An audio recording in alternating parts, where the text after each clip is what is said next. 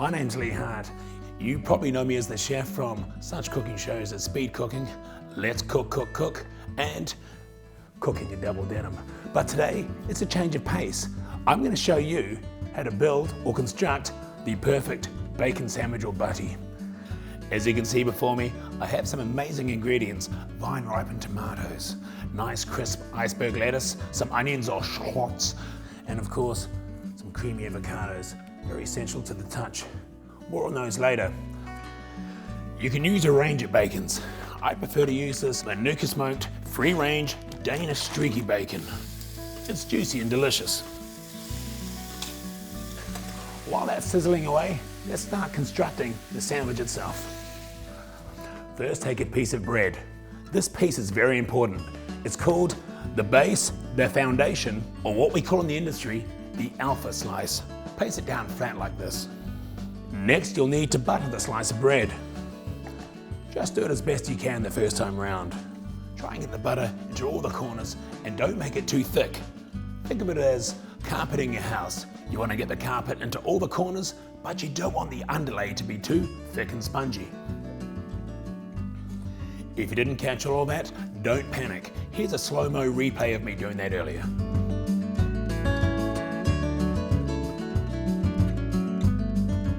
Once you've buttered the bread, just leave it to rest, much like you would a knife fillet steak. This will allow the full flavor of the butter to fully penetrate the alpha slice.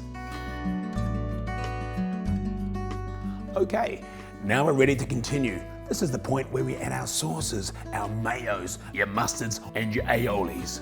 But I find they can detract from the flavor of the bacon, so I'm not gonna bother. Time to check that bacon. Let's see how that's getting on.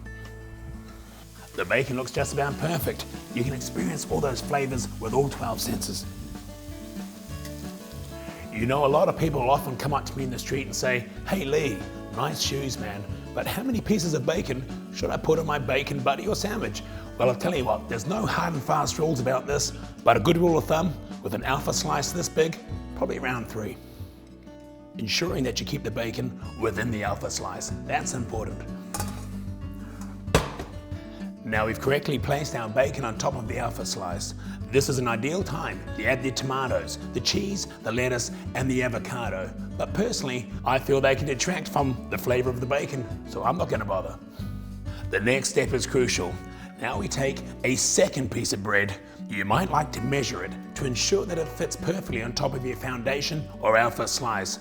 But a good rule of thumb is, if it came from the same loaf, there's a very good chance it'll be a good match, and you'll be okay.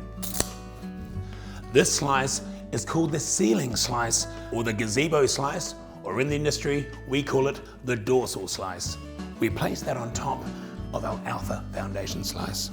Be sure to place it down flat and straight on top of your alpha slice. If it's on an angle, you won't have full coverage, and valuable flavors you've tried so hard to trap may escape up into the ozone layer, and you don't want that. Technically speaking, our bacon sandwich or butty is now complete. You might like to cut it in half to make it easier to handle or so you can share it. But personally, I don't like to do this. But for demonstration purposes, here's one I cut in half earlier to show you how it might look. So there you have it, the perfect bacon sandwich or bacon butty. Questions? You know, I'm sure you've got your own opinions on what makes a great bacon butty or sandwich, and I'd really love to hear them. So feel free to tap away and comment in the little comment section below there. Yeah, the bacon sandwich is so easy when you know how.